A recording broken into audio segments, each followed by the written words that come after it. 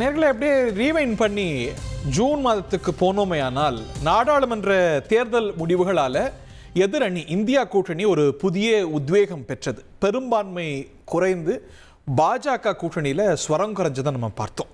இனி இந்தியா கூட்டணிக்கு ஏறுமுகம் தான், இனி பாஜகவுக்கு சவால் தான் அப்படிங்கிறது தான் ஒரு பொது எண்ணமாக இருந்தது அரசியல் நோக்கர்கள் மத்தியில்.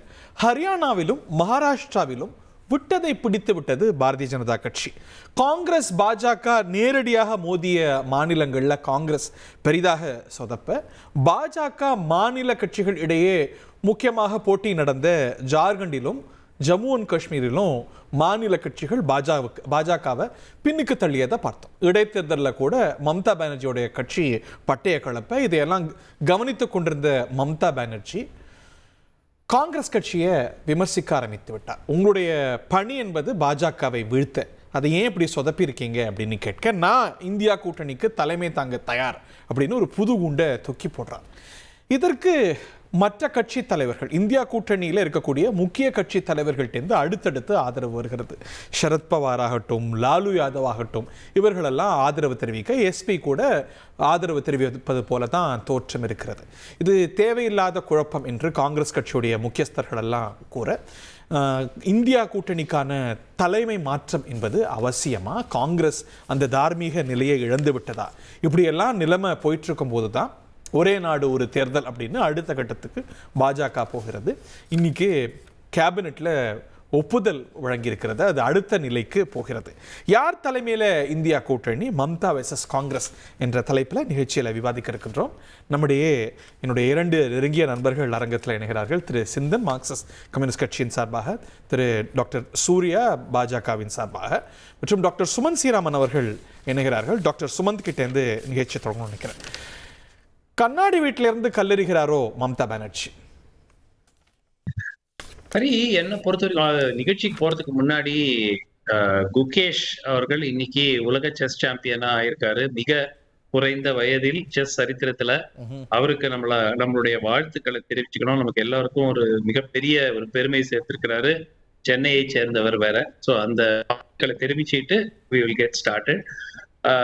மம்தா பானர்ஜியை பொறுத்த வரைக்கும் அவர்கள் சொல்வதில் ஒரு லாஜிக் இருக்கு. அவர்கள் சார்பாக அவர் கட்சியினர் பேசுவதில் ஒரு லாஜிக் இருக்கு. பாஜகவிடம் இதுவரை தோல்வியை சந்திக்காத தலைவர்களில் மிக சிலர் தான் இருக்காங்க. அதில் மம்தா பானர்ஜி ஒருவர். 2019 அவர் ஓரளவுக்கு மிகப்பெரிய சவாலை சந்தித்த போதும் பாஜகவோட ஒரு 4 சீட்டு கூடுதலா தான் வாங்கினார். ஈவன் தோ அவ்வளவு சீட்டு தோப்பாங்கிறது யாரும் எதிர்பார்க்கல.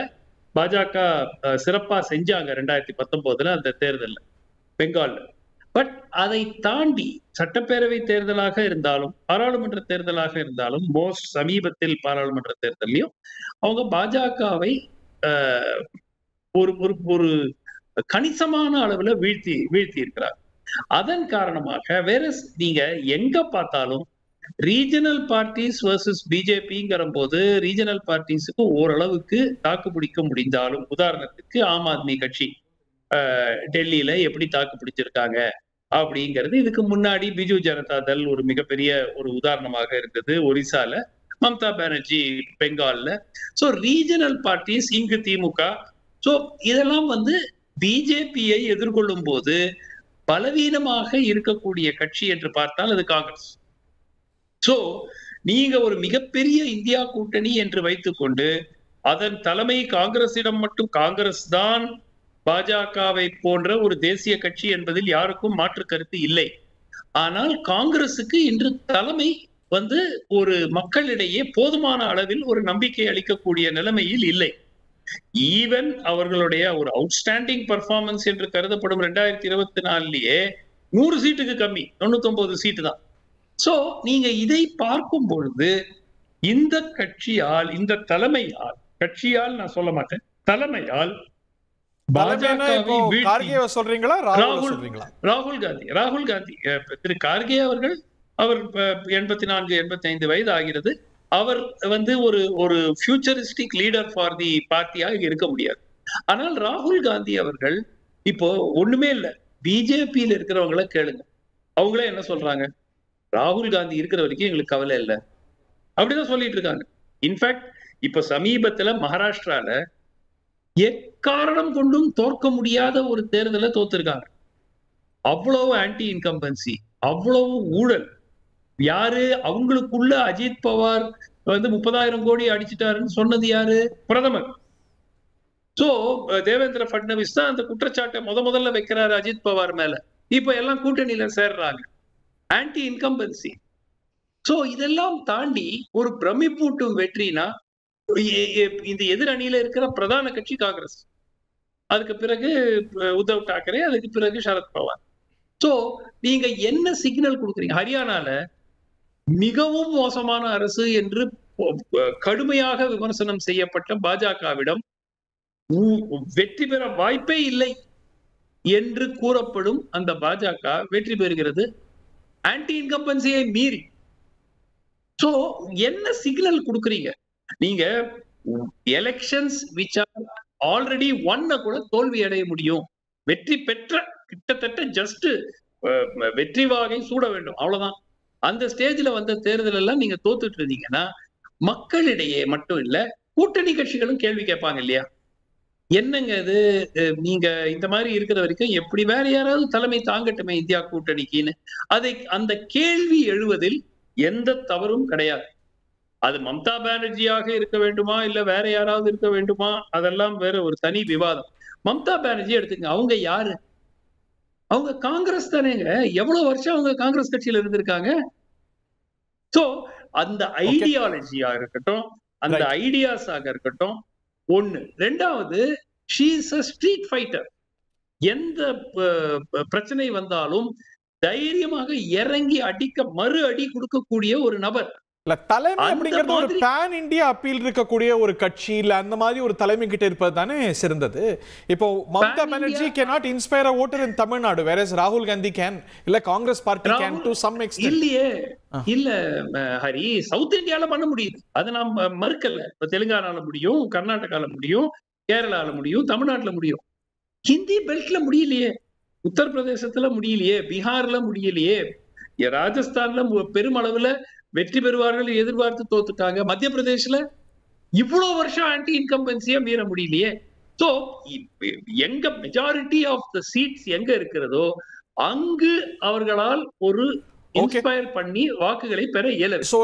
இந்த கேள்வி எழுவது தப்பு இல்லை. இந்த கேள்வி எழுவதில் தவறே இல்லை. Mamata Banerjee may not be a bad choice. ஏன்னா அவங்க ஒரு ஸ்ட்ரீட் ஃபைட்டர். அவங்கள மாதிரி போராடி வெற்றி பெறக்கூடிய குணம் தான் இன்றைக்கு எதிர்கட்சிகளுக்கே தேவை. ஓகே, திரு இப்ராஹிம் நம்ம இடையே இருக்காரா? நம்ம அவர்கிட்டையும் கேட்கலாம். Ibrahim joins us in some time. திரு Chinthan take it from here. இதில் ஒரு மாற்றம் தேவையில்லை. இப்போ ஒரு டெலிவர் பண்ணா இந்த கேள்வி வராது. டெலிவர் பண்ணல, காங்கிரஸ் குறிப்பா டெலிவர் பண்ணல, where it has to deliver. Suman sir பொதுவாக ஒரு ஆன்டி பிஜேபி. ஆனால் ஓரளவுக்கு ஜெயலலிதா அவங்க இருந்த வரைக்கும், முதல்வர் இருந்த வரைக்கும் அவங்க ஓரளவுக்கு அவங்களோட ஒரு வெல்விஷராக இருந்தவர். இப்ப திடீர்னு அவங்க இருந்தபோது நான் நினைக்கிறேன்,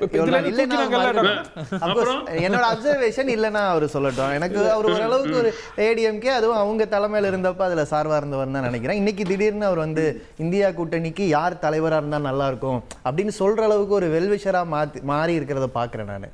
என்னன்னா, பிஜேபி எதிர்க்கிறதுக்கு இந்தியா கூட்டணிங்கிறது தேவைப்படுது. அதனால தான் அவர் ரொம்ப வெல்விஷராக இந்த தலைமைக்கு பொதுவாக அந்த தலைமை இருக்கலாமா அப்படின்லாம் கேட்குறாரு. காங்கிரஸ் பற்றின விமர்சனத்துக்கு காங்கிரஸ் பதில் சொல்லுவாங்க, எனக்கு அதில் ஒன்றும் கருத்து இல்லை. ஆனால் நாங்கள் ஒரு விஷயத்தை தெளிவாக சொன்னோம், இன்றைக்கும் அது ப்ரூவ் ஆகிட்டு இருக்கு. இந்த பாஜக மீண்டும் ஆட்சிக்கு வரக்கூடாது, அதுவும் மிருகபல மெஜாரிட்டியோட வந்துடவே கூடாது. ஏன்னா அவங்க அரசமைப்பு சட்டத்தை திருத்துவாங்க என்பதுதான் நாங்கள் வச்ச குற்றச்சாட்டு. மக்கள் அதற்கு மதிப்பளித்து தான் ஒரு வலுவான எதிர்க்கட்சியாக எங்களை நிறுத்தியிருக்காங்க. அந்த அளவில் இது மிகப்பெரிய வெற்றி. நீங்கள் சொன்னீங்க நம்ம ஆறுதலாக இருந்ததுன்னு சொல்லிட்டு, ஆனால் இதெல்லாம் எதுக்கு மக்கள் செஞ்சாங்கன்னு ஒரு கேள்வி இருக்குல்ல. இன்றைக்கு குகேஷுடைய வெற்றி அற்புதமான வெற்றி. தமிழ்நாடு ஒரு இன்னைக்கும் மனித வளத்தில் மிகச்சிறந்த பகுதிங்கிறத காட்டியிருக்கு. தமிழ்நாட்டுக்கு ஒரு கிரீடம் போல இன்றைக்கு குகேஷோட வெற்றி. சார் சொன்னார், நானுமே தொடங்கும்போது அப்படி தான் ஆரம்பிக்கணும்னு நினச்சேன். நீங்கள் தமிழ்நாடு இன்னொன்று செஞ்சுருக்கு இந்தியாவுக்கு. கம்யூனிஸ்டுகளாகிய நாங்களும் தமிழ்நாட்டில் இருக்கிற திராவிட முன்னேற்ற கழகமும் உச்சநீதிமன்றத்துக்கு போனோம். உச்சநீதிமன்றத்துக்கு போய் வழிபாட்டு தலங்கள் பாதுகாப்பு சட்டம் 1991 உச்சநீதிமன்றம் தூக்கி பிடிக்கணும், பாதுகாக்கணும்னு சொன்னோம். இன்றைக்கு உச்சநீதிமன்றம் உத்தரவிட்டிருக்கு. எங்க? தமிழ்நாட்டில் இருக்கிற கோயில்களை பாதுகாக்கிறதுக்கு இல்ல, உத்தரப்பிரதேசத்தில் மதக்கலவரம் நடக்குது. அந்த மதக்கலவரத்துக்கு காரணமாக இந்த சட்டம் அமுலாக்கப்படாத நிலைமை, இந்த சட்டத்தை அமுலாக்க வேண்டிய இடத்துல இருக்கிறது உச்சநீதிமன்றம். அது சொல்லியிருக்கு ஏற்கனவே, அதை மதிக்காம நிலைமை. இப்போ நான் என்ன கேட்கிறேன், இல்ல நாட் இஷ்யூ, இந்தியா அலையன்ஸோட ஸ்பிரிட் அதுதான். இந்தியாவில் ஏதோ ஒரு இடத்தில் நடக்கிற பாதிப்புக்கு கூட அந்த பகுதிக்கே சம்பந்தம் இல்லாத திராவிட முன்னேற்ற கழகமோ சிபிஎம்மோ சேர்ந்து போய் உச்சநீதிமன்றத்தில் வாதாடுறோம் பார்த்தீங்களா? That is the spirit. இன்னைக்கு ஒரே நாடு ஒரே தேர்தல்ங்கிற ஒரு பிரச்சனை, இந்த பிரச்சனை நீங்க சொல்லும் போது ஆரம்பிச்சிங்க, பாஜக அதை கொண்டு வராங்க. என்ன அர்த்தம்? மாநிலங்களுக்கு தனியாக தேர்தல், மாநிலங்களுக்கு என்ற ஒரு நிலை, உள்ளாட்சிக்கு என்ற ஒரு நிலை என்றெல்லாம் இருந்ததையெல்லாம் இன்னைக்கு சவாலுக்குள்ளாக்கி இருக்காங்க. இந்த மெஜாரிட்டி ஒருவேளை பாஜக கிடைச்சிருந்தா என்ன இருக்கும்? இன்றைக்கு நாடாளுமன்றத்தில் இதை எதிர்த்து கேட்கிறவங்க யாரு? இன்னைக்கு நாடாளுமன்றத்துக்கு வரும்ல, இதை சட்டமாக்க முடியாது என்கிற நம்பிக்கையை கொடுத்திருக்கிற வெற்றி இந்தியா அணியோட வெற்றி. எனவே இதுக்கு யார் தலைவர் அப்படின்னு கேட்டீங்கன்னா, தலைவர் இப்ப இருக்காங்களா சொல்லுங்க? அப்ப ஏன் உங்க கூட்டணியில நம்ம கேக்குறாங்க? அந்த அம்மா ஏன் சேலஞ்ச் பண்ணாங்க? நாங்க ஏற்கனவே சொன்னோம், வர்க்கால இருந்தானே சேலஞ்ச் பண்ணாங்க. நாங்க ஏற்கனவே எல்லாம் சரியா தான் அவங்க பாட்டு போயிட்டே இருப்பாங்க. என்ன விஷயம்னா, பாரதிய ஜனதா கட்சியுடைய என்டிஏ உடைஞ்சது. நீங்க இந்த மாதிரி பேசல. தமிழ்நாட்டில் அதிமுகன்னு ஒரு கட்சி என்டிஏல இருந்தது. நீங்க என்டிஏவோட கூட்டம் கடைசியா நடந்த போது அதிமுக வந்து தலைமைக்கு பக்கத்துல உட்கார்ந்து, அதுக்கு பிறகு எடப்பாடி இல்ல. நாம இதை இப்படி விவாதிக்கல, உடைந்தது. 100 நாள் பேசுனாங்க. அப்கோர்ஸ் சந்தோஷம், நீங்க பேசியது எனக்கு சந்தோஷம், நீங்க பேசியது எனக்கு சந்தோஷம். ஆனா நான் என்ன சொல்றேன், அது உடைந்தது பிறகு ஒட்டவே இல்லை. ஆனா நான் என்ன கேட்கிறேன், இந்தியா அலையன்ஸ்ல நாங்க ஆரம்பத்துல இருந்தே நாங்க சொல்லிட்டு இருக்கிறோம், இது பேன் இந்தியா அலையன்ஸ் நீங்க கட்டமைக்கிறீங்க. நாங்க ஒவ்வொரு மாநிலத்திற்கும் ஒவ்வொரு சூழலுக்கு தகுந்தாற் போலதான் இந்த அணி கட்டமைக்கப்படுது. இந்தியா இப்ப மகாராஷ்டிராவோ ஹரியானாவோ பாஜக விழுந்திருந்தால் இந்த ஆட்சியோட ஸ்திரத்தன்மைக்கே கேள்வி வரும். அது செய்யல. அதுல வந்து ஒரு முக்கியமான பார்ட்னரா இருக்கிற காங்கிரஸ் செய்யல. இல்ல காங்கிரஸ் பத்தி விவரிக்கனா நான் பேசலாம். ஏன்னா நாங்க பிரச்சனையே அது பிரச்சனைனா நாங்க தானங்க பேசுவோம். முதல்ல பாயிண்ட் என்னன்னா, நாங்க நீங்களே இந்த சிச்சுவேஷன் இமேஜின் பண்ணுங்க. இந்த சிச்சுவேஷன் இமேஜின் பண்ணுங்க. ஹரியானாலயும் மகாராஷ்டிராலயும் பாஜகவுடைய மெஜாரிட்டி குறைஞ்சு ஜெயிச்சா என்ன சொல்லுவீங்க? ஜம்மு காஷ்மீர்ல ஜெயிச்சா என்ன சொல்லுவீங்க? இது இல்ல, இது ஒரு மாநில ஒருவேளை பெரிய பின்னடைவை சந்திச்சிருந்தா. நான் என்ன கேக்குறேன், ஒரு நாடாளுமன்ற தேர்தல்ல நாங்க அடைந்த வெற்றியின் காரணமாக இந்தியாவை பாதுகாத்து நிக்கிறோம். அதுதான் இந்தியா. இன்னைக்கு எல்லாரும் குரல் கொடுத்திருக்காங்க. இந்த ஒரே நாடு ஒரே தேர்தலுக்கு எதிராக கெஜ்ரிவால் பேசலையா சொல்லுங்க? மம்தா பானர்ஜி பேசலையா? ஸ்டாலின் பேசலையா? பினராயி விஜயன் பேசலையா? நாங்க எல்லா கட்சியும் ஒன்னா தான் நிக்கிறோம். எங்கன்னா டிஃபெண்டிங் பீப்புள். பவர்னு வரும்போது தானங்க பிரச்சனை. பவருக்காக அலையன்ஸ் கூடாது. பவருக்காக அலையன்ஸ் இல்ல, டிஃபெண்டிங் பீப்புள். கிரவுண்ட்ல தான் அலையன்ஸ். அது நாங்க தொடர்ந்து சொல்லிட்டு இருக்கிறது. மேபி காங்கிரஸ் வந்தா வேற ஏதாவது பேசுறாங்களான்னு பார்ப்போம். பட் என்னன்னா, இதே ஒரு 2 தேர்தல் நடந்திருக்கு. தேர்தல்ல ஈச் ஒன் வெற்றி வந்திருக்கு. ஆனா நீங்க என்ன ஒரு பிம்பம் கட்டமைக்கிறீங்க? ஏன் ஜார்க்கண்ட்ல இத்தனை ஒரு chief minister, sitting chief minister ஜெயில போட்டீங்க, ஆனா அவர் மீண்டும் ஜெயிச்சு வந்தாரு. ஜம்மு காஷ்மீர்ல ஜனநாயகத்தையே குழி தோண்டி புதைச்சீங்க. அங்க ஒரு லெவல் பிளேயிங் ஃபீல்டே கிடையாது. ஆனா அதை தாண்டி பாஜகவை மண்ணக்கவ வச்சாங்க மக்கள். இதெல்லாம் தானே நம்ம பேசணும். மகாராஷ்டிராவில் என்ன நடந்தது? கட்சியை உடைச்சு, இது ஜனநாயகமா? முதல்ல ஜனநாயகத்தை பாதுகாக்க நாங்க களத்தில் நின்னோம். கட்சியவே எங்களால காப்பாற்ற முடியல. என்ன காரணம்? எந்த அமைப்பும் வேலை பார்க்கல. அமலாக்கத்துறை இப்போ அஜித் பவார் மேல இருக்கிற வழக்கை வாபஸ் வாங்கியிருக்காங்க. உங்க பத்திரிகையில அந்த செய்தி தான் நான் சொல்றேன். அமலாக்கத்துறை அஜித் பவார் மேல இருக்கிற வழக்கை ஏன் இப்ப வாபஸ் வாங்கணும்? எல்லாம் முடிஞ்ச பிறகு வாபஸ் வாங்குறீங்க இல்ல? அதுக்கு கொடுத்த வேலை ஒரு கட்சி. நான் என்ன கேட்கிறேன், இது ஜனநாயகமா? ஜனநாயகத்தை பாதுகாக்க இந்தியா அணி நிக்குதுன்னா இப்பதான் வலிமையா நாங்க நின்னாகணும். இது நீங்க தலைவர்களை பார்த்து கேட்கறீங்க. நான் ஜனநாயகம் எல்லாருக்குமானதுன்னு நான் சொல்றேன். ஓகே, காங்கிரஸ் பலவீனத்துல குளிர்காய நிக்குதா பாஜக? இல்லை, முதல்ல குகேஷ் அவர்களுக்கு வாழ்த்துக்கள். நம்ம சென்னை 18 வயசில் உலக சாம்பியன், மிக இளம் வயதில் வாங்கியிருக்கார். ரொம்ப சந்தோஷமாக இருக்குது. இப்போ இந்த சப்ஜெக்ட் போகிறதுக்கு முன்னாடி ஜூன் 4 தேர்தல் முடிந்த உடனே இந்த டிவி உட்பட இண்டி கூட்டணியை சார்ந்தவர்கள் எல்லாரும் விவாதங்களில் என்னென்ன கருத்துக்கள் சொன்னாங்கன்னு ஒரு நிமிஷத்தில் ரீகேப் பண்ணிடுறேன். அதாவது நிதிஷ் நாயுடுக்கு ஹோம் மினிஸ்ட்ரி கேட்குறாங்க, ஃபினான்ஸ் மினிஸ்ட்ரி கேட்குறாங்க, டிஃபென்ஸ் மினிஸ்ட்ரி கேட்குறாங்க. அது கொடுக்கலன்னா கவர்மெண்ட்டே ஃபார்ம் ஆகாதுன்னாங்க. ஃபார்ம் ஆகிடுச்சு. இவங்க சொன்ன மாதிரி எந்த மினிஸ்ட்ரியும் அவர்கள் கேட்கல, நாங்களும் கொடுக்கல. ஃபார்ம் ஆன ஒரு நிமிஷம் முடிச்சு வெள்ளம் வராத பீகாருக்கு 11,000 கோடி அள்ளி வெள்ளம் வராத பீகார்ல உங்க கட்சி இல்ல போல, பரவாயில்ல விடுங்க. இல்ல பீகார்ல கட்சி இருக்கோ இல்லையோ, வெள்ளமே வரலங்கறேனா? வெள்ளம் வராத ஊருக்கு அள்ளி கொடுப்பீங்க. தமிழ்நாட்டுக்கு இன்னைக்கு வரைக்கும் வெள்ளம் ஒவ்வொரு ஆண்டும் எவ்வளவு பாதிப்பு ஏற்படுத்துதுன்னு வராத வெள்ளத்துக்கு முன்கூட்டியே கொடுத்தீங்க. இங்க வர வேண்டிய பணத்தையே வெள்ளம் வந்த பிறகுதான் கேட்டு வாங்க முடியுது. உண்மையா இல்லையா? அவர் அதை பேசினா இதை பேசணும். ஒண்ணுமே கொடுக்கலனாரு. நான் என்ன நீங்க முடிவு பண்ண முடியாதுங்க. நான் என்னோட கருத்து எதுவும் கொடுக்கலையா? நான் கருத்து முடிச்சதுக்கு அப்புறம் நீங்க கம்ப்ளைண்ட் சொல்லுங்க. நான் கருத்து முடிச்சதுக்கு அப்புறம் சொல்லுங்க. கருத்து முடிச்சதுக்கு அப்புறம் சொல்லுங்க. நான் இன்டர்ப்ட் பண்ண முடியும். ஆனா அமைதியா இருந்தேன். அது உங்க கல்ச்சர், இது எங்க கல்ச்சர். பரவாயில்ல, மக்கள் பார்த்துட்டு இருக்காங்க. இப்போ என்ன சொல்ல வரேன்னா, ஆட்சி அமைத்தவுடன் 6 மாசத்துல கவுந்துரும். உங்களுக்கு வந்து நிதிஷ் நாயுடு வந்து மோடி அவர்களுக்கு வந்து 2 கால்களும் செயலிழந்து போய்விட்டது, இனி எப்படி ஒரே நாடு ஒரே தேர்தல் கொண்டு வருவாங்கன்னு பார்க்குறோம் அப்படின்னு இதே ஸ்டுடியோஸில் இவர்களும் சரி காங்கிரஸும் சரி சவால் விட்டார்கள். இன்றைய தான் கேபினெட்டில் ஒரே நாடு ஒரே தேர்தலுக்கும் அப்ரூவல் கொடுத்து அடுத்த கட்டத்துக்கு போயிருக்கு அப்படின்றத கோடிட்டு காட்டிவிட்டு, அது நியாயமா? என்ன நியாயமா? ஒரே நாடு ஒரே தேர்தல் பேச நாளைக்கு பேசுவீங்கன்னு நினைக்கிறேன். இப்ப நான் சொல்ல வருது, ஒரு பிஜேபி காரனால ஒரு பொலிட்டிக்கல் கமெண்டேட்டரா ஒரு நிமிஷம் என்னுடைய கருத்துக்களை சொல்றேன். இப்போ காங்கிரஸ் கட்சியை எதிர்க்கிறார்கள். இப்போ 3-4 பேர் வந்து அவங்க லீடர்ஷிப் கொஸ்டின் பண்றாங்கன்னா, எதிர்க்கக்கூடியவர்கள் எல்லாருமே யாருன்னு பார்த்தீங்கன்னா அவர்கள் மாநிலத்தில் வலுவாக இருந்து காங்கிரசினுடைய தயவு தேவையில்லை என்று கருதுவார்கள். உதாரணமாக அகிலேஷ் யாதவ் எடுத்துக்கோங்க, லாலு பிரசாத் எடுத்துக்கோங்க, சரத்பவார் எடுத்துக்கோங்க. இவர்கள் எல்லாம் அவர்கள் மாநிலங்களில் வலுவாக இருக்கக்கூடிய கட்சிகள். காங்கிரஸ் இருக்கிறதுனால அவர்களுக்கு பெரிதாக எலக்டோரலி ஒன்றும் பலனில்லை. ஆனால் இந்திய அளவில் ஒரு கூட்டணி கட்டமைப்பதற்கு காங்கிரஸ் கட்சி உதவுகிறது அப்படின்ற மனநிலையில் இருக்கக்கூடியவர்கள். இப்போ 155 எம்பிக்கள் இந்த இண்டி கூட்டணியில் இருக்கக்கூடியவர்கள் மம்தா பானர்ஜி வந்து தலைவராக வேண்டும் அப்படின்னு ஆதரிக்கிறாங்கன்னா, காங்கிரஸ் அந்த ஜெயித்த 99 இடத்தினுடைய அந்த வலுவை வந்து முதல்ல கேள்வி கேட்க வேண்டியதாக இருக்குது. உதாரணமாக தமிழகத்தில் அவர்கள் ஜெயித்த 9 இடங்கள் ஆகட்டும், உத்தரப்பிரதேசத்தில் ஜெயித்த 6 இடங்கள் ஆகட்டும், பீகாரில் ஜெயித்ததாகட்டும், ஜார்க்கண்டில் ஜெயித்ததாகட்டும், இது எதுவுமே காங்கிரஸினுடைய சொந்த செல்வாக்கில் சொந்த பலத்தில் வெல்லாத மாநிலங்கள். ஒருவேளை இங்கெல்லாம் காங்கிரஸ் தனித்து போட்டியிருந்தால் ஒரு இடம் கூட வென்றிருக்க முடியாது அப்படின்றதா கலை யதார்த்தம். இந்த மாநிலத்தில் இருக்கக்கூடிய பெரும்பான்மை கட்சிகள், அதாவது பெரிய கட்சிகள் வந்து காங்கிரஸ் வேண்டாம் அப்படின்னு சொல்கிறாங்க. இது வந்து அவர்கள் கூட்டணிக்குள்ளே இருக்கக்கூடிய ஒரு விஷயம். ஆனால் 89 தேர்தல்களில் தோல்வியை கண்ட 3 லோக்சபா தேர்தலில் காங்கிரஸ் கட்சியை வீழ்த்திக்கு கொண்டு சென்ற ஒரு தலைவரின் கீழ் கட்சி அந்த கூட்டணி இயங்க வேண்டுமா அப்படின்னு கேட்பது ஒரு இயல்பான ஒரு விஷயம், ஒரு ஜனநாயகமான ஒரு விஷயம். ஒருவேளை அவர் வாரிசு தலைவராக இல்லாமல் இருந்திருந்தால் நிச்சயமாக அவருடைய தலைமை மாற்றப்பட்டிருக்கும் அப்படின்றது தான் கலை யதார்த்தம். ராகுல் காந்தி அவர்கள் என்ன தலைமையில் இருக்காரு? அவர் வந்து நீங்க ஹெட்டா ஒரு பிரைம் மினிஸ்டரியல் கேண்டிடேட்டா அபிஷியலா ப்ரொஜெக்ட் பண்ணலனாலும் உங்கள் கூட்டணியும் சரி ஊடகங்களும் சரி எல்லாருமே சரி அவர் வந்து ஒரு நரேந்திர மோடி அவர்களுக்கு எதிரான ஒரு பிரதமர் வேட்பாளராக இன்டைரக்டா ப்ரொஜெக்ட் பண்றாங்க இல்லையா? அதை சொல்றேன் நான். இப்போ இவ்வளவு தேர்தல்களில் தோல்வி கண்டு கட்சி வந்து இவ்வளவு அதல பாதாளத்திற்கு கொண்டு செல்ற மத்தியில் அவர் தலைமையில் அந்த கூட்டணியும் கட்சியும் இயங்க வேண்டுமா அப்படின்றதான் முதல் கேள்வி. ஒரு சின்ன வேலை ஆஃபீஸில் பியூன் வேலை செய்கிறவங்க கூட அவங்க சரியாக பெர்ஃபார்ம் பண்ணலைன்னா அவங்களுக்கு வந்து ஒரு ரிவ்யூ பண்ணிட்டு அவரை வேலையை விட்டு தூக்குவது, டீப்ரமோட் பண்ணுவதெல்லாம் நடக்கக்கூடிய ஒரு விஷயம் தான். ஆனால் இவ்வளவு தோல்விகளை தொடர்ந்து கண்ட ஒரு தலைவர் தலைமையிலேயே அந்த கூட்டணி மீண்டும் மீண்டும் போட்டியிடுமாண்டால் எங்களுக்கு ரொம்ப சந்தோஷம் தான், பிரச்சனை இல்லை. பட் இது வந்து ஒரு ஜனநாயக பூர்வமான ஒரு கேள்விதான் அப்படின்றது தான் என்னுடைய கருத்து. அவரு திடீர்னு அரசியல் விமர்சனம் இருந்தார், திடீர்னு பிஜேபி காரராக மாறாரு. நான் வந்து சிபிஎம் காரனாக தான் சொல்றேன்.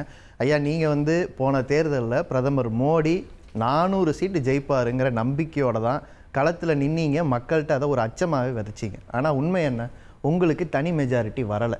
இந்தியா கூட்டணிங்கிறது பல கட்சிகளுடைய கலவையாக இருக்கலாம். ஆனால் பாஜக தன்னுடைய தனி மெஜாரிட்டியை வைத்துக்கொண்டு ஒரே நாடு ஒரே தேர்தல் கொண்டு வரும்னு சொன்னீங்கல்ல, இன்னைக்கு நீங்கள் அதை கொண்டு வந்திருக்கீங்க. ஆனால் நாடாளுமன்றத்தில் என்ன பேசிக்கிட்டு இருக்கோம்? அதானி ஊழல் பேசிக்கிட்டு இருக்கோம். ஸோ உங்களுக்கு டைவர்ஷனுக்கு உங்களால் செய்யவே முடியாத ஒரு விஷயத்த நாட்டு மக்களுடைய தலையில கத்தி போல தொங்க விடுறீங்க. இது செய்ய முடியாது. மம்தா பானர்ஜி வேறுபடுறாங்க. அதானி அதானி அதானி அதை தவிர பேச வேற எதுவுமே இல்லையான்னு கேட்குறாங்க. மம்தா பானர்ஜி அதானியை பேசாம இருக்காங்களா இல்லையாங்கிறது வேற. தமிழ்நாட்டு சட்டமன்றத்தில் கூட இது பேச வேண்டிய விஷயம். பாஜகவை சேர்ந்தவங்க உட்பட பேசியிருக்காங்க. இன்னும் சொல்ல போனா அண்ணாமலை வந்து சாட்சி இருக்குன்னு சொல்லியிருக்காரு. நான் என்ன கேட்கிறேன், அதானி ஊழல்வாதி தமிழ்நாட்டில் அது ஒன் ஆஃப் தி இஷ்யூஸா பேசப்படுது. No, not at all one of the issue.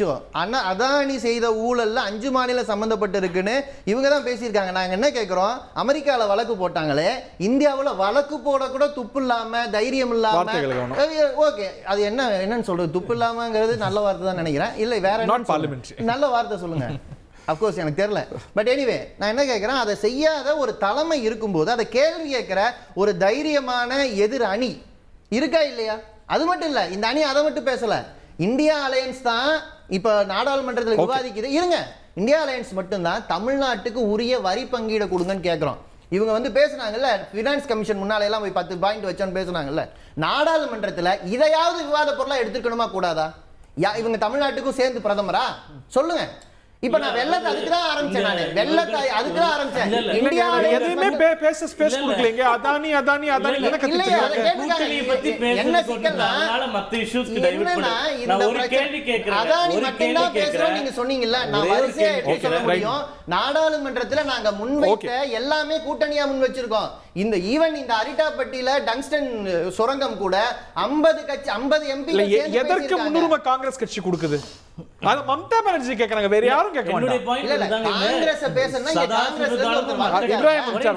மத்த டாபிக் பேசுறது இவங்களுடைய வாடிக்கை. நான் கேட்கக்கூடியது இப்ப அடுத்த வகுப்பு நான் வந்து இந்த இந்தி கூட்டணி பத்தி மட்டும் பேசுவோம். டெல்லியில ஒரே நாடு ஒரே தேர்தல், டெல்லி தேர்தல் ஒண்ணு வருது. இப்போ அடுத்த தேர்தல் அதுதான் வருது. இப்ப இவங்க ஒரே கூட்டணியில இருக்குன்றாங்க, ஆனா ஒன்னா போட்டி போட மாட்டேன்றாங்க. இவங்க இருக்கக்கூடிய கம்யூனிஸ்ட் காங்கிரஸ் கேரளால ஒன்னா போட்டி போட மாட்டாங்க. இந்த மாதிரி முரண்பாடுகள் இஷ்யூஸ்ல ஒண்ணா இருக்கும். எந்த காலத்திலயுமே ஆப்போசிஷன் ஒன்னாதாங்க இருக்கும். அதுக்கு ஒரு பேர் வச்சுட்டு நாங்க தான் ஒன்னா இருக்கோம் அப்படின்னா, இதற்கு முன்னாடி 10 ஆண்டு காங்கிரஸ் ஆட்சி செய்யும் போது பிஜேபி எதிர்கட்சியா இருக்கும்போது எங்களோட இருந்த கட்சிகள்லாம் ஒன்னாதான் இருந்தோம். இது என்னமோ பெரிய அபூர்வமா. அப்ப இதுவே பெரிய அபூர்வமா தெரியுது. அடுத்து எப்போ இப்ராஹிம் உங்களோட லீடர்ஷிப் ஒர்க் ஆகல, அது வந்து கேள்விக்குள்ளா இருக்கு. எங்கெங்கெல்லாம் நீங்க பெர்ஃபார்ம் பண்ணமோ அங்கெல்லாம் பெர்ஃபார்ம் பண்ணல. மத்த ரீஜனல் பார்ட்டிஸ் நல்லா பெர்ஃபார்ம் பண்றாங்க. உங்க தலைமை இன்னைக்கு கேள்விக்குள்ளா இருக்கு மம்தா பானர்ஜியால. நேச்சுரல் தானே? இல்லை, அதாவது முதல் இல்லை நேச்சுரல் எப்படி சொல்ல முடியும்? அதாவது இட்ஸ் எ நேச்சுரல் இன்ஜஸ்டிஸ்ன்ற தான் நம்ம பார்க்க முடியும். நான் கேட்குறது ஒரு கவனத்தை மட்டும் இங்கே வைங்க. அதாவது என்ன, மக்கள் இங்கே இருக்கக்கூடிய பிரதிநிதிகள், மக்கள் இங்கே ஒவ்வொரு இடத்துலையும் மக்கள் தெளிவாக அவர்களுடைய செயல்களை இங்கே வந்து தெளிவாக நாடாளுமன்றத்தில் என்ன நடக்குது அப்படின்றத பார்க்குறாங்க. இப்போ இங்கே இருக்கக்கூடிய கேள்வி 0 ஹவர்ஸில் ஒருவரை பற்றி மறுமுறை 2 தடவை பேசுவதற்கு நம்மளுடைய சட்டம் அனுமதிப்பதில்லை 272 விதியின் கீழே. அப்படி இருக்கும்போது வந்து அங்கே இருக்கக்கூடிய அமைச்சர், பிஜேபி சார்ந்த அமைச்சர் மட்டும் 2 முறை வார்த்தையை உச்சரிக்கிறார். அதே நேரத்தில் ஜோதிமணி அவர்கள், எங்களுடைய எம்பி அவர்கள் சொன்ன வார்த்தையை மட்டும் அவை குறிப்பிலிருந்து எல்எஸ்ஓடைய ஸ்பீக்கர் வந்து அதை அவை குறிப்பிலிருந்து நீட்பது என்பது ஒரு சாராராக இருப்பதாக தெல்ல தெளிவாக தெரிகிறது. இதுதான் நாங்கள் சுட்டி காட்டுறோம். தெல்ல தெளிவாக பாஜக மக்களுடைய பிரச்சனைகளை எங்கெல்லாம் Congress பேசுகிறதோ, the direct touch of point with the people, அந்த இடத்துலலாம் நேரடியாக அங்கே பாஜக இறங்கி ஒன்று புறக்கணிப்பது, மைக் ஆஃப் பண்ணுவது, இல்லை நேற்று நடந்த மாதிரி எங்களுடைய எம்பி சசிகாந்த் அவர்கள் கூட சொன்னாங்க, கூச்சலிட்டு அவங்க முதல்ல என்னைக்குமே எதிர்கட்சி தான் வெளிநடப்பு செய்யும். இல்ல இந்த விஷயத்துக்கு முதல்ல 10 ஆண்டு கூட்டணியில் இருக்கிறவங்களா ராகுல் காந்தி தலைமை ஏற்க வேண்டாம்னு சொல்றாங்க.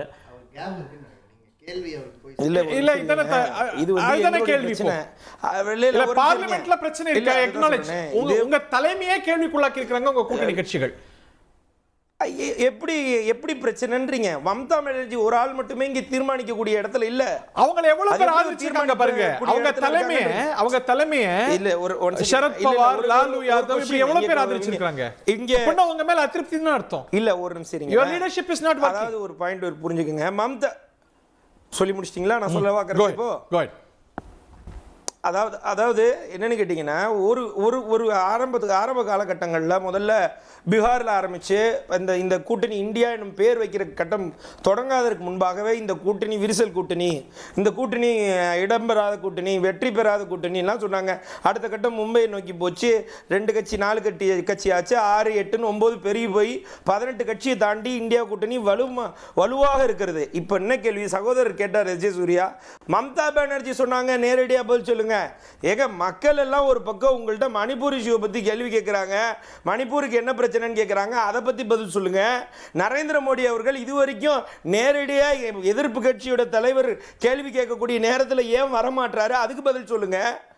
இன்றைக்கு எது விவாத பொருள், எதை விவாதமாக்க வேண்டும் அதை சொல்லுங்க. சரி, நீங்க ஒவ்வொரு நேரத்திலையும் உத்தரப்பிரதேசத்தில் இருக்கக்கூடிய ஒரு 184 வருட கால மசூதியை வருகின்ற டிசம்பர் 12ஆம் தேதி அதோட ஹியரிங் இருக்கு. அது தெரிந்தும் புல்டோசரை வச்சு இடிச்சிங்கல்ல. ஒரு சப்ஜுடிஷியல் மேட்டர்னு தெரிஞ்சு நாட்டுல 1000 பிரச்சனை இருக்குங்க, எல்லாமே முக்கியமானது. மறுக்கல நான் கேள்வி பட் நீங்க தலைப்புக்கு வந்துருங்க. நீங்க தலைப்பு சட்டம் ஒரு நிமிஷம் இருங்க. Let me complete. இது வந்து அப்படி கடந்து போக முடியாது. இப்படி கடந்து போக முடியாது. அரசியலமைப்பு சட்டம் என்பது எல்லாருக்குமானது, சிறுபான்மை பாதுகாப்புக்கானது. நான் கேட்பது தெல்ல தெளிவாக உச்சநீதிமன்றம் 300 ஆர்டிகல் பிரகாரம் தெளிவாக சொல்கிறது சிறுபான்மையிற்கு தேவையான பிரச்சனை அதுக்கு முன்னுரிமை கொடுங்க, அந்த மத வழிபாடு தலங்களை இடிப்பதில் நீங்கள் தெளிவாக இருங்க, அந்த வணக்க ஸ்தலங்களுக்கு அவங்களுக்கு மரியாதை கொடுங்கன்ட்டு நீங்கள் டிசம்பர் 12ஆம் தேதி அதோட ஹியரிங் இருக்கு, அந்த மசூதிக்கு அந்த வழக்குக்கான ஹியரிங் இருக்கு. அதற்கு நாள் போய் நீங்க உத்தரப்பிரதேசத்துடைய அரசு உங்க கையில இருக்குன்றதுக்காக அரசை வைத்துக்கொண்டு புல்டோசரை வைத்துக்கொண்டு இதெல்லாம் முக்கியமான இஷ்யூஸ் மறக்கல. இந்த இஷ்யூஸ்ல எல்லாம் நீங்க ஒரு எஃபெக்டிவ் லீடர்ஷிப் கொடுத்தீங்கன்னா அது சேலஞ்ச் ஆகுது. ஸ்போக் பண்ணுவா who will spoke that sir இல்ல அப்ப ஏன் சார் சேலஞ்ச் ஆகுது? you are not addressing the topic. இல்ல நீங்க டாபிக் அட்ரஸ் பண்ணுங்க. 100 விஷயம் இருக்கு உலகத்துல சிரியா பிரச்சனைல இருந்து 1000 பிரச்சனை இருக்கு. நான் மூட் क्वेश्चन என்ன? சிரியா பிரச்சனைல அடுத்த நாட்டு பிரச்சனை. இந்தியா நான் கேக்குறது இந்திய நாட்டுக்குள்ள இருக்கக்கூடிய அடிப்படை பிரச்சனையை தான் நான் பேசிட்டு இருக்கேன். இல்லங்க நீங்க மம்தா பானர்ஜி அவர்கள் அரசியல் கணக்கு போடுறாங்க. Let me complete. அது அரசியல் கணக்கு சொல்றாங்க. அரசியல் கணக்கு கொடுப்பது உங்களுக்கு மிகப்பெரிய பிரச்சனை. நாடாளுமன்றம் தொடர்ந்து முடக்கப்படுவது, இவர்கள் கேள்விக்கு பதிலளிக்காமல் இருப்பது, அரசியலமைப்பு சட்டத்தை மீறுவது, இது எதுவுமே உங்களுக்கு தொடர்ந்து பேசிட்டு இருக்கோம் இல்லையா? ஒரே நிமிஷம் பிரதர், அதாவது நீங்க இந்த சப்ஜெக்ட்டுக்குள்ளே வர மாட்டேங்கிறீங்க. இன்னைக்கோட சப்ஜெக்ட் இந்தியாவோட கரண்ட் அஃபேர்ஸோ பார்லிமெண்ட் இஷ்யூனா பேசலாம்.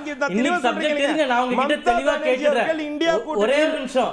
சமாஜ்வாதி கட்சியை சேர்ந்த மூத்த தலைவர் ஐபி சிங் ராகுல் காந்தியை பாலக் புத்தி பைத்தியம் பிடித்தவராட்ட நடந்து கொள்கிறார், ஒரு எதிர்க்கட்சி தலைவராக நடந்து கொள்ளவில்லைன்னு சொல்றாரு. அகிலேஷ் யாதவ் அதை மறுக்கவில்லை. மூத்த தலைவர் லாலு பிரசாத் அவர்களும் சரத்பவார் அவர்களும் மம்தா பானர்ஜி தலைமையில கூட்டணி வேண்டும், ராகுல் காந்தி இனிமே இந்த கூட்டணியை லீட் பண்ண முடியாதுன்னு சொல்றாங்க. அந்த டாபிக் சொல்லி தான் எங்களை கூப்பிட்டாங்க. அதை பத்தி நாங்க பேசிட்டு இருக்கோம். இந்தியாவில் இருக்கக்கூடிய மற்ற பிரச்சனைகளை நம்ம பேசிட்டு தான் இப்ப நான் பேசுறேன். நீங்க பேசி முடிச்சீங்கல்ல. தோல்வி கண்டு மீண்டும் தலைமை தாங்குவது ஒரு வாரிசு அரசியல்னால இல்லையா? அதான் கேள்வி. அதுக்கு பதில் சொல்லுங்க. எங்க தோல்வி கண்டாங்க? எங்க தோல்வி கண்டாங்க? நான் சொல்றேன், இந்த 10 வருஷ தேர்தல்ல 2 இடத்துல வெற்றி பெற்ற ஒரு எதிர்க்கட்சி தலைவரை நீங்க காட்டுங்க. உங்க கட்சியில இருந்து காட்டுங்களேன். காட்டுங்க சார். 2 இடத்துல வெற்றி பெற்ற ஒரு ஆளை காட்டுங்களேன். இன்றைக்கு எதிர்க்கட்சி தலைவரா இருக்கிற ராகுல் காந்தி 2 தொகுதி 2 ரபேரியிலும் நின்று ஜெயித்தார், வயநாடிலும் நின்று ஜெயித்தார். நீங்க தெற்கையும் நின்று ஜெயிக்கிறார், வடக்கையும் நின்று ஜெயிக்கிறார். அது போல அதே மாதிரி அதை எடுத்துக்காட்டாக வைத்துக்கொண்டு 10 ஆண்டுகள்ல கடந்த 10 ஆண்டுகள்ல நான் முன்னாடி கூட போகலங்க. கடந்த 10 ஆண்டுகள்ல நீங்க தான் சொல்றீங்களே வளரும் பாஜக 400 பார் அப்படின்லாம் சொல்றீங்கல்ல. பதில் சொல்லுங்க. 2 தொகுதியில நின்று ஜெயிச்ச ஒரு பிஜேபி கேண்டிடேட்.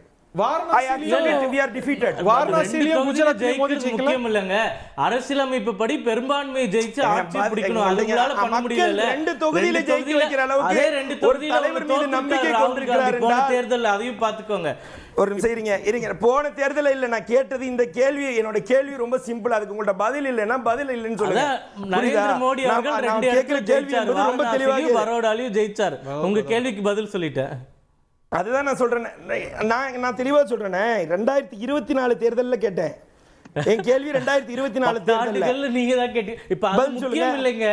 நீங்க 99 இடங்கள் ஜெயிச்சதா பெருமைப்பட்டீங்க. ஆனால் உங்கள் தலைமை கேள்விக்குள்ளாகப்படுகிறது. அதற்கு உங்களுடைய பதில் என்ன? நீங்களே இதே டிபேட்ல இதே டிவில 6 மாசத்துல எங்க ஆட்சி கவுந்துருன்னு சொன்னீங்க. நிதிஷ்குமார் ஹோம் மினிஸ்ட்ரி கேட்கிறாரு நீங்க, நாயுடு பினான்ஸ் மினிஸ்ட்ரி கேட்கிறாரு நீங்க, என்டிஏ கூட்டணியே ஒன்னா இல்லைன்னு சொன்னீங்க. ஆனா இன்னைக்கு நாங்க எல்லாருமே நேர்கோட்ல இருக்கோம். உங்க கூட்டணிக்குள்ள பல குழக்கங்கள். 230 எம்பி வச்சிருக்கீங்க. அதுல 155 எம்பிக்கள் மம்தா பானர்ஜி தலைவர் ஆகணும்னு சொல்றாங்க. ராகுல் காந்தி எப்ப விலக போறாரு?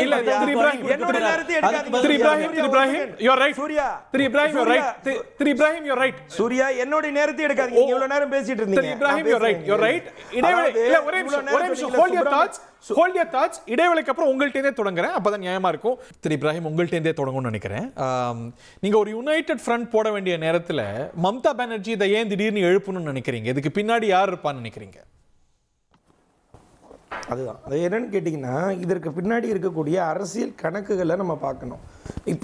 இப்போ நிலவுகிற அரசியலில் அசாதாரண சூழ்நிலை என்னன்னு கேட்டிங்கன்னா, தொடர்ந்து இப்போ சகோதரர் சூர்யா அவர்கள் சொன்னார், உங்கள் கட்சியை பற்றி கூட்டணி கட்சியின் தலைவர்கள் எல்லாம் உங்கள் ராகுல் காந்தி மீது இது மாதிரி கருத்துக்கள் எடுத்து வைக்கிறாரு. பல நேரங்களில் இன்றைக்கு வரைக்கும் சுப்பிரமணிய சாமி இன்றைக்கு வரைக்கும் இந்திய நாட்டு பிரதமராகவே இருக்க கூடாது என்று சொன்னவர் இன்னும் அதற்கு மேற்படியாக சைனா ஆக்கிரமிப்பை குறித்து ட்விட்டர்ல இந்திய நாட்டு பிரதமரே அப்படி சொல்லக்கூடாது அது போன்ற வார்த்தைகளை உபயோகித்து சொன்னவர். அது மாதிரி கட்சி தலைவர் அவர் 2014 இருந்து இப்படிதான் பேசிட்டு இருக்காரு. 2014 இருந்து சுப்பிரமணியன் சாமி பேசிட்டு இருக்காரு. ஆனா இன்னைக்கு நீங்க தான் தலைமைன்னு நினைக்கும் போது சரத் பவாரோ மம்தா பானர்ஜி மட்டும் இல்ல, சரத் பவாரோ 2014க்கு அப்புறம் லாலு யாதவ் அவர்கள் ஏன் கேக்குறாங்க? யார்னால் நான் கேட்குற பாயிண்ட் 2014 இருந்து ஏன் அப்படி பேசுகிறார்? நரேந்திர மோடி மீது அவர்களுக்கு நம்பிக்கை இல்லை. இது விடுங்க, மோகன் பகவத்ஜி சொல்லியா RSS ஓட மீட்டிங்ல என்னது we need a strong leader for we need a strong leader for Manipur இஷ்யூன்னு சொல்லலையா? அவருடைய RSS மீட்டிங்ல சொன்னார்ல நாக்பூர்ல. இதை மறுத்து பேசிடுவீங்களா? அப்போ உங்களுடைய கட்சியில் எவ்வளோ பிரச்சனை இருக்குது, இந்தியா கூட்டணியின் விவகாரத்தில் எவ்வளோ பெரிய ஒரு உள்ளீடு அரசியல் இருந்தால் அது வந்து கட்சி ரீதியாக இருந்தாலும் கோட்பாடு ரீதியாக கொள்கை ரீதியாக சரி செய்து கொள்வார்கள். அதில் மாற்றுக்கிறது இல்லை. இன்னைக்கு இப்படி தான் சொல்லுவாங்க, அதுக்கப்புறம் திரும்பி மாற்றிக்க போகிறாங்க. அப்படியும் இல்லை என்றால் இந்த முறை தயாராக இருக்கிறது. எப்படி ஒரு ரோசி பிக்சரை பெயிண்ட் பண்றீங்களோ எல்லாம் நல்லா இருக்கு அப்படின்னு? இன்னைக்கு ஒரு ஒரு ஒரு இன்ஃப்ளெக்ஷன் பாயிண்ட்ல இல்ல we don't want to picture everything is correct. இங்க யாரிடமும் எல்லாமே சரியா இருக்குன்னு சொல்லவே முடியாது. ஓகே டாக்டர், அது வந்து அனைவரும் அறிந்த விஷயம். ஆனா நான் வந்து ஒரு விஷயத்துல தெளிவாக இருக்கிறேன். ஒரு விஷயத்தை மட்டும் சொல்லணும் அவசியமாக. அதாவது வந்து ஜார்ஜ் சோரஸ் மீது இவர்கள் தொடர்ந்து வைத்த அவதூறுகள் என்ன சொன்னாங்க? ஜார்ஜ் சோரஸ் மீது அமெரிக்க உளவாளியிடம் அவருக்கே நீங்க வக்காலத்து வாங்குறீங்க? ஜார்ஜ் சோரஸ் நாங்க வக்காலத்தே வாங்கலையே. அவர் மேல அவதூறு பரப்பினா உங்களுக்கு என்ன? இல்ல ஜார்ஜ் சோரஸ் மேல அவதூறு பரப்பினா உங்களுக்கு என்ன? அது கம்ப்ளீட் பண்ணிட்டேன். ஜார்ஜ் சோரஸோட அவதூறு பரப்பல, சோனியா காந்தி அம்மையாரோட சேர்த்து அவதூறு பரப்பதான் பிரச்சனை. அந்த क्वेश्चन உங்களுக்கு என்ன சார்? நீங்க சோனியா காந்தி நாம தான கேட்டிருக்க மாட்டேன். தெரியாத விஷயம் மாதிரி இல்ல. நீங்க சோனியா காந்தி மீது அவதூறுனா நான் கேட்டிருக்க மாட்டேன். அத சொல்றேனே. படத்தோட டைட்டில் போடும்போதே ஹரி இந்த படம் முடிவு பண்ணிடக்கூடாது. படத்தை ஃபர்ஸ்ட் ஒரு 2 செகண்ட் பாருங்க, அந்த படம் என்னன்னு தெரியும். ஜார்ஜ் சோரஸ் வந்து முழுக்க சோனியா காந்தியுடன் இருக்கிறார். த ஆன்டி இந்தியாவுடைய அஜெண்டா கொண்டு தொடர்ந்து OCCR நீங்க சோனியா காந்தி டிஃபெண்ட் பண்ணிருக்கணும்ங்கற ஹிண்டன்பர்க் இல்ல one second I am defending the things. நீங்க எடுத்தோனே நீங்க அங்க இருந்தா வருவீங்க. அத சொன்னா நீங்க அங்கிட்டு போய்டுவீங்க, எனக்கு தெரியும். சோ ஹிண்டன்பர்க் ரிசர்ச்ல இருந்து everything will come. நான் ஒரு பாயிண்ட் தான். UN டெமோக்ரஸில கிட்டத்தட்ட 68 இதுல ஒன் செகண்ட் சுருக்கமா முடிச்சிருங்க, மற்றவங்களுக்கு நேரம் கொடுக்கணும். அனது 9 lakh ஷூர் $9 lakh இன்னைக்கு 4வது இடமாக ஐநா சபையில் டெமோக்ரஸி ஃபண்டில் இன்வெஸ்ட்மெண்ட் செய்தது 2014க்கு பின்பாக இந்த நரேந்திர மோடி அரசு. ஏன் இந்தியாவுக்கு எதிராக இருந்தால் இவர்கள் அப்படி செய்ய வேண்டும்? ஒன்று. ரெண்டாவது, கேபிட்டல் ஃப்ளோட்னு சொல்லிட்டு இந்த கம்பெனி ஆரம்பிச்சது வந்து கௌரவ் ஹிந்துஜா மற்றும் சஷாங்க் ரியஸ்ரங்கா. இவர் முழுக்க யார் அப்படின்னு பார்த்தீங்கன்னா, இவர்களுடைய பணம் என்பது தெளிவாக சோரஸ் எக்கனாமிக் டெவலப்மெண்ட் ஃபண்டுன்னு சாங் அண்ட் அஸ்பேடான்னு சொல்லிட்டு அவங்க ஃபண்டில் இருந்து அவங்களுடைய ஃபண்டில் இருந்து $300 மில்லியன் மூலியமாக 40 கம்பெனிகளை இங்க தொடங்கி இருக்கிறாங்க. தொடங்கி விட்டு அந்த பணத்துக்கும் அந்த கம்பெனி பேரு ஆக்சியோ. அந்த கம்பெனி இன்னைக்கு 40 விதமாக ஆக்ட் செய்கிறது. இன்றைக்கு இங்க பாருங்க, நரேந்திர மோடியிடம் அவர் எந்த அளவுக்கு கூடுதலாக இருக்கிறார். உங்களுக்கு சோரஸோட தொடர்பு இல்லையான்னு கேக்குறேன். இந்திய நாட்டு இல்ல நான் அதான் கேட்க வரேன். நான் என்ன சொன்னீங்க, நீங்க ஆன்டி இந்தியன் அஜெண்டா உள்ளவரோட ஏன் தொடர்புல இருக்கீங்கன்னு சொல்லி எங்களுடைய சோனியா காந்தி அம்மையாரை கேட்டீங்கல்ல. இவர் ஏன் இப்ப வந்து நரேந்திர மோடி அவர்கள் வந்து அப்படிப்பட்டவருடைய நிதி பங்கீடு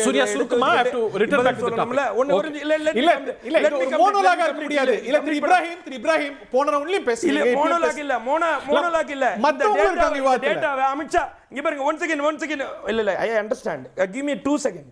சசாங் விராய்சிங்க வந்து வீரான் ஷா அவர்கள் வெஸ்ட் பெங்காலுடைய கிராண்ட் டாட்டர் பிரியா ஷாவை அரேஞ்ச் பண்றாரு, மேரேஜ் பண்றாரு. அவர் வந்து அமித்ஷாவோட இருக்கிற போட்டோ இது இவர்கள்லாம் இந்த இந்தியா ஆன்டி இந்தியன் அஜெண்டான்றீங்கல்ல, இதெல்லாம் எங்க இருக்கு? இதெல்லாம் மேரேஜோட போட்டோ. அவர் யாருன்னா பிஜேபி முன்னாள். அப்ப தொடர்ந்து ஆன்டி இந்தியன் அஜெண்டாக்கு பதில் சொல்லுங்க. இல்ல நீங்க தலைப்பை தவிர எல்லாத்தையும் பேசி இல்ல. ஓகே, நீங்க வந்து டாபிக் விட்டு தள்ளி போறீங்க. நான் உங்ககிட்ட மீண்டும் ஒரு கேள்வி கேக்குறேன். இல்ல டாபிக்ல விட்டு தள்ளி போல நீங்க வைக்கிற குற்றச்சாட்டுகளை களம் கிடைக்கும் போது சொல்றோம். வெஸ்ட் பெங்கால் மாநில காங்கிரஸ் தலைவர் சுபாங்கர் சர்கார் மம்தா பானர்ஜி ஒரு பிஜேபி ஏஜென்ட் அப்படின்னு இன்னைக்கு சொல்லியிருக்காங்க.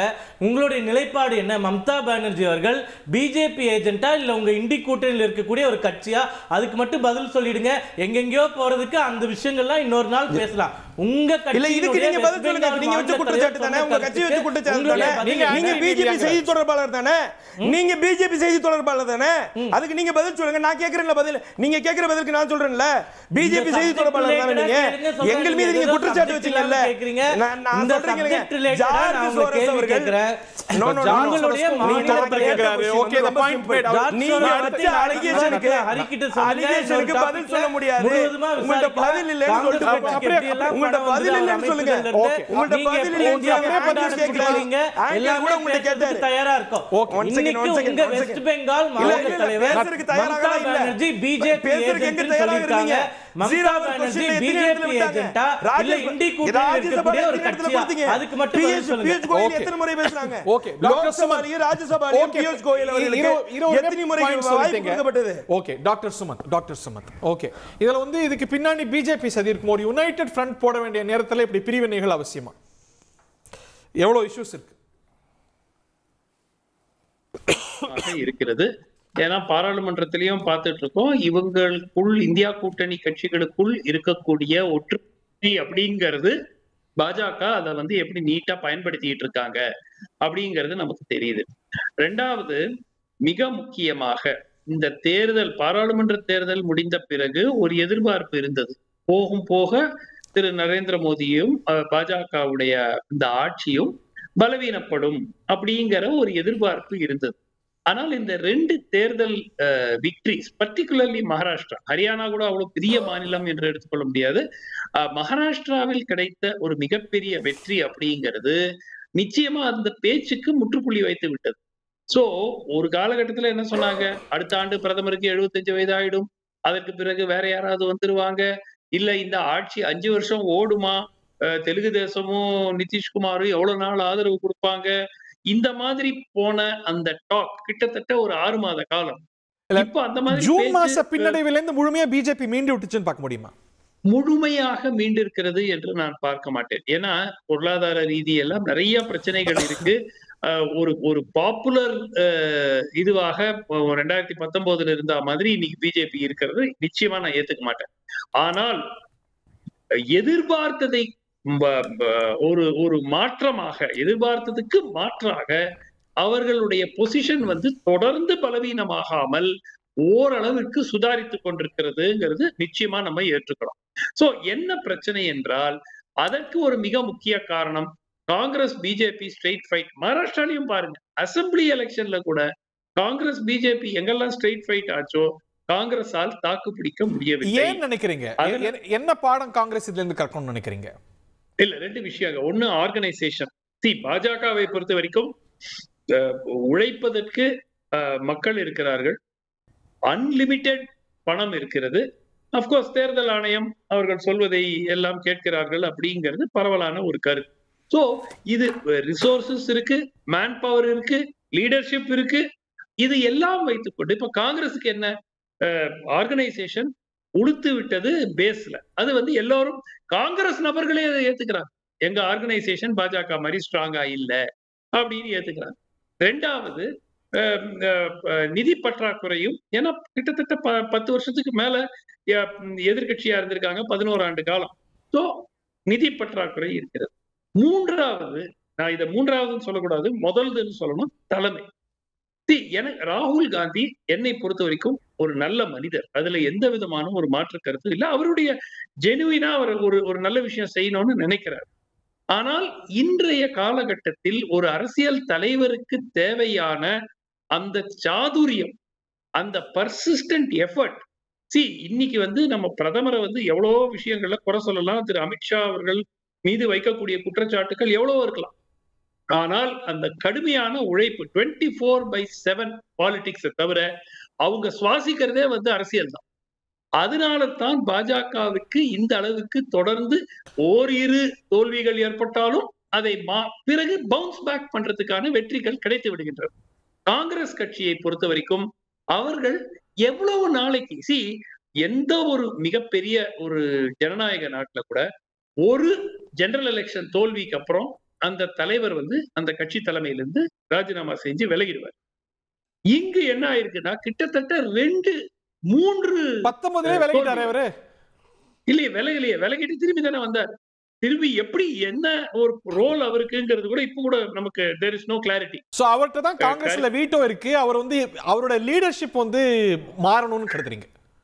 இல்ல அதாவது அவர் நிச்சயமாக தேர்தல் வெற்றிகளை தொடர்ந்து பெற்று கொடுத்தால்தான் ஒரு காலகட்டத்துல 2017-18 அவங்க ராஜஸ்தான், மத்திய பிரதேஷ், சத்தீஸ்கர் 3 மாநிலங்களிலும் வெற்றி பெற்றார்கள். அப்போ ஒரு நம்பிக்கை வந்தது. சரி, மேபி ராகுல் காந்தி ஒரு புது பரிமாணத்தை நம்ம பார்க்க போறோம், அவர் அடுத்த கட்டத்துக்கு வெற்றிக்கு கொண்டு போவாரு கட்சியை. ஆனால் அது நடக்கல. என்னன்னா when do you say enough? எவ்வளவு நாளைக்கு தான் ராகுல் காந்தி ஒரு அக்கௌண்டபிலிட்டி வேணும்ல திரு இப்ராஹிம்? ரொம்ப சுருக்கமா தான் I'm going to Sindan. அதான் மம்தா பானர்ஜி விஷயத்துல வெளியாகுது. அஜித் பவார் இல்ல ஒன் செகண்ட்.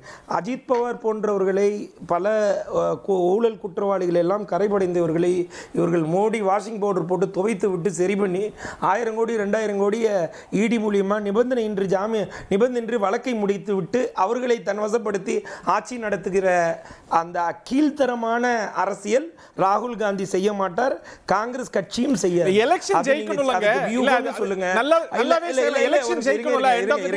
இல்லங்க ஒரு நிமிஷம், let me complete. அதாவது எங்களுக்குன்னு ஒரு கட்சிக்குன்னு ஒரு கொள்கை இருக்கு. நீங்க வெறுப்புணர்ச்சியின் கட்சியை சார்ந்தவர்கள், நாங்கள் அன்பை சார்ந்த கட்சியை பரப்புகிறவர்கள். நாங்கள் சிறுபான்மைக்கு எதிரானவர்கள் அல்ல. நீங்கள் சிறுபான்மையை மட்டுமே தாக்கி கட்சி நடத்துபவர்கள். இதற்கும் ரெண்டுத்துக்கும் வித்தியாசம் இருக்கு. இந்த சிறுபான்மை காவலரான மம்தா பானர்ஜி கேக்குறாரு உங்க கிரெடென்ஷியல்ஸ். அதாவது சிறுபான்மையோட பாதுகாவலர் மம்தா அவர்கள் சரத் பவார் கேக்குறாரு. கூட்டணியோட கேள்விக்கு தலைவராக ஏத்துக்கிறேன்னு கேக்குறாங்க. அவங்க இந்த கூட்டணி சரியில்லைன்னு சொன்னாதான் நீங்க தப்பு. இல்ல அது சொல்லலாம், சரியாக இருக்கிறது, அதுக்கு நான் தலைவராக இல்ல I'm mentioning whether she is going to left the block. அந்த கூட்டணியை விட்டு வெளிவருகிறதுக்கான கருத்தை அவர் எடுத்து வைக்கிறாரா, முன் வைக்கிறாரா? இல்ல உங்க தலைமையை क्वेश्चन பண்றாரு. பிரச்சனை நீங்க நான் ஒரு விஷயம் ராகுல் காந்தி தெளிவாக ஆஸ்பெக்ட்ஸ் வச்சிருக்காரு. பாரத் ஜோடோ யாத்ரா தெளிவாக நடத்தி முடித்தார். அதற்கு பின்னாடி கர்நாடகா வெற்றி கிடைத்தது. தொடர்ந்து அதுக்கப்புறம் ஒவ்வொரு மாநிலத்திலும் கூட்டணி, இன்னைக்கு இந்தியா கூட்டணின்றது வந்தது பாரத் ஜோடோ யாத்ராக்கு பின்பு. கண்டிப்பாக இந்த முறையும் தெளிவாக CWC அணியை இன்ஸ்பயர் பண்ணுங்க. ஓகே திரு சிந்தன். நான் அதுக்கு பதில் சொல்லல. கண்டினியூ டு இன்ஸ்பயர் யூனா I am not inspired by anyone. India அதுதான் பிரச்சனையோ? இல்லை இந்தியா அணிங்கிறத நீங்கள் ஒரு கட்சி மாதிரி தான் கேட்குறீங்க. பாஜகவுக்கு உள்ளே இருக்கிற பிரச்சனையை வந்து அணிக்குள்ளே இருக்கிற பிரச்சனை மாதிரி பார்க்குறோம். அப்படி பார்க்க முடியாது. இந்தியா அணி வெவ்வேறு கட்சிகளை கொண்டது. சுமந்த் சார் சொன்னது தான் முக்கியமானதுன்னு நினைக்கிறேன். அதாவது அவங்கக்கிட்ட அதாவது தடையில்லாத பணபலம் இருக்கிறது, பின்னால் இருந்து இயக்குவதற்கு ஆதரவு இருக்கிறது, மத அரசியல் செய்வதற்கான, ஜனநாயகத்தை குழி தோண்டி புதைப்பதற்கான அந்த அது சொன்னார்ல சாதுரியமா வாட் எவர் இட் இஸ், இதெல்லாம் செஞ்சால் அதிகாரத்தில் இருக்கலாம். நாங்கள் என்ன சொல்கிறோம், மக்களுக்கு அதிகாரம் போய் சேரணுங்கிறது தான் ஜனநாயகம். அதிகாரத்தை குவிப்பது என்பது சர்வாதிகாரம். அதை நோக்கி இந்த நாடு போகுது. அப்போது நாங்கள் என்ன சொல்கிறோம்னா, இதுக்கு எதிரான ஒரு தலைமையை மக்கள் தேர்ந்தெடுப்பாங்க. மக்களுக்கு எங்கெல்லாம் ஆபத்து இருக்குதோ அங்கே போய் நிற்போம். அதுக்கு பேர் அலையன்ஸ்ன்னு சொல்கிறோம். அதுக்கான உதாரணத்தை தான் நான் உங்ககிட்ட சொன்னேன். ஒன்றும் இல்லை, இப்போ கூட ரயில்வே எம்ப்ளாயீஸ் யூனியனில் ஒரு தேர்தல் நடக்குது.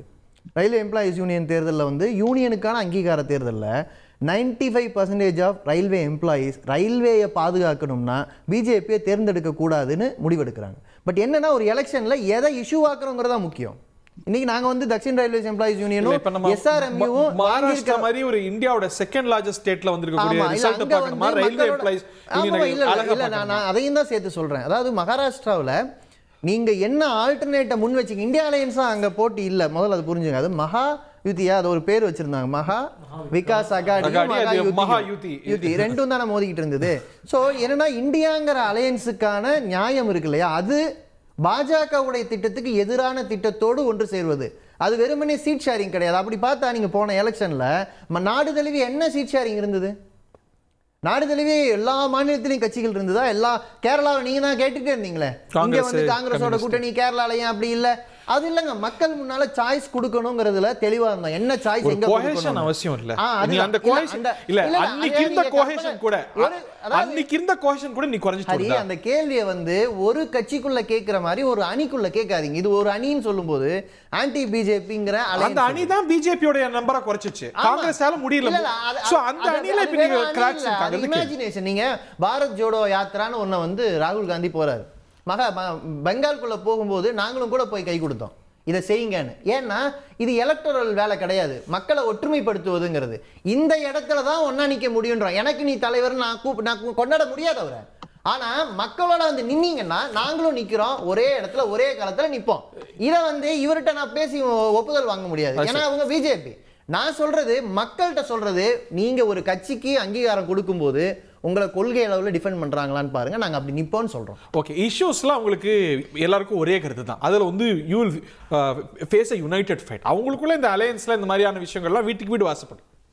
இல்லை, நீங்கள் வந்து ஒற்றுமையாக நின்று ஃபைட் பண்ண. நான் ஒன்று மட்டும் சொல்கிறேன். இப்போ இது வந்து மக்களுக்கு என்ன வெளிச்சம் போட்டு காட்டியிருக்குன்னா, காங்கிரஸ் கட்சி வந்து அந்த கூட்டணியில் அவர்கள் தலைமை இல்லை என்றால் எந்த தலைவரையும் எப்படி வேணாலும் கொச்சைப்படுத்துவோன்றது தான் காமிச்சிருக்கு. உதாரணமாக மாணிக்கம் தாகூர் தமிழ்நாட்டிலேருந்து இருக்கக்கூடிய ஒரு எம்பி, அவர்கிட்ட போய் மம்தா பானர்ஜி அவர்கள் தலைமை தாங்கணும்னு விருப்பப்படுறாங்களேன்னு கேட்டதுக்கு வாட் அ ஜோக் அப்படின்னு சொல்கிறார். இப்போது காங்கிரஸினுடைய வெஸ்ட் பெங்கால் மாநில தலைவர் வந்து பிஜேபி ஏஜென்ட்னு சொல்றாரு. அப்போ ஒரே பேசும்போது நான் குறுக்கிட்டேன். இது நாகரிகம் இல்ல, என்னுடைய கருத்து பேசுறதுக்கு எனக்கு ரைட்ஸ் இருக்கு, நான் பேசிக்கிறேன். இப்போ வெஸ்ட் பெங்கால்ல வந்து மம்தா பானர்ஜி எதிர்த்து அவர்களே பிஜேபி ஏஜென்ட்ன்றாங்க. அப்போ உங்கள் கட்சிக்குள்ள இருக்கக்கூடிய ஒரு பெண் தலைவரே கூட்டணிக்கு தலைமை தாங்கணும்னு ஆசைப்பட்டா, எந்த தலைமை தாங்கணும்னு ஆசைப்பட்டா அந்த பெண் தலைவரு எந்த இப்படிலாம் நீங்க பேசுறீங்க? இது என்ன ஜோக்? அப்ப ஏன் பெண்கள் வந்து தலைமை தாங்க? ஒரே கட்சி தானே தலைமை தாங்கன்னு ஆசைப்பட்டாரு. இல்ல ஒரு நிமிஷம், பேசும்போது குறுக்கிடல. என்னுடைய கருத்து நான் சொல்லிக்கிறேன் பிரதர். இப்போ அவர்கள் கட்சிக்குள்ளே இப்போ உத்தவ் தாக்கரே அவர்கள் கட்சி என்ன சொல்றாங்க, ஏன் நாங்க தலைமை தாங்க கூடாதா? உத்தவ் தாக்கரே தான் மோர் அக்செப்டபிள் லீடர்னு சொல்றாங்க. அதனால நாங்க சொல்றது, நீங்க மோடி அவர்களை எதிர்க்கிறது அப்புறம் பார்த்துக்கலாம், உங்களுக்குள்ள யார் தலைவர்னு முடிவு எடுத்துட்டு அப்புறமா நீங்க எங்க கிட்ட வாங்க, உங்க சண்டையை பத்திரமா நல்லபடியா பேசி தீர்த்துட்டு அப்புறமா இந்த பக்கம் வாங்கன்றது தான் எங்களுடைய கருத்து. மோடி எதிர்க்கிறதே எங்க வேலை இல்லைன்றேன். மக்களுடைய இந்த முறைலாம் வந்து Modi is out of the package. 2019 எல்லாம் கழித்து போயிடு. மோடி அவர்களை எதிர்த்து வரைக்கும் ஒண்ணா இருப்பீங்க. அடுத்த விஷயம் 20 செகண்ட்ஸ் நான் சொல்லிடுறேன். 20 செகண்ட்ஸ் குறுக்க பேச மாட்டேன்னு சொன்னீங்க. குறுக்க பேச மாட்டேன்னு சொன்னீங்க. ஓகே, 20 செகண்ட்ஸ் ஓட அமைதியா இருங்க. 20 seconds, you have the last word. 20 seconds சுருக்கமா. அதாவது மகாராஷ்டிரால ஒரே ஒரு முறை 2 முறை கேம்பெயின் பண்ணி நேரடியாக யார் சிஎம் என்று சொல்லாமலே வெற்றி பெறுகிறது பாஜக என்றால் இங்க மோடி ஃபேக்டர்னு ஒன்று இல்லை. ஹரியானால பாஜக 30,000 இடங்கள்ல வேலை வில்லேஜ் எல்லாத்திலையும் வேலை பார்த்தது என்று RSS வெளிப்படையாக சொன்னது. அந்த இடத்துல மோடின்ற கரிஸ்மாட்டிக்கே இல்லை. காங்கிரஸ் இப்ப மக்களுடைய பிரச்சனையை நாங்க தெளிவா இருக்கோம். மக்களுடைய பிரச்சனை எடுக்கிறோம். இன்றைக்கு இருக்கக்கூடிய விலைவாசி எடுக்கிறோம். இன்றைக்கு இருக்கக்கூடிய அனைத்து பிரச்சனை மின்வாசத்தில் இருந்து ஆரோக்கியமா பேசுவீங்க நம்புவோம். நன்றி, வணக்கம்.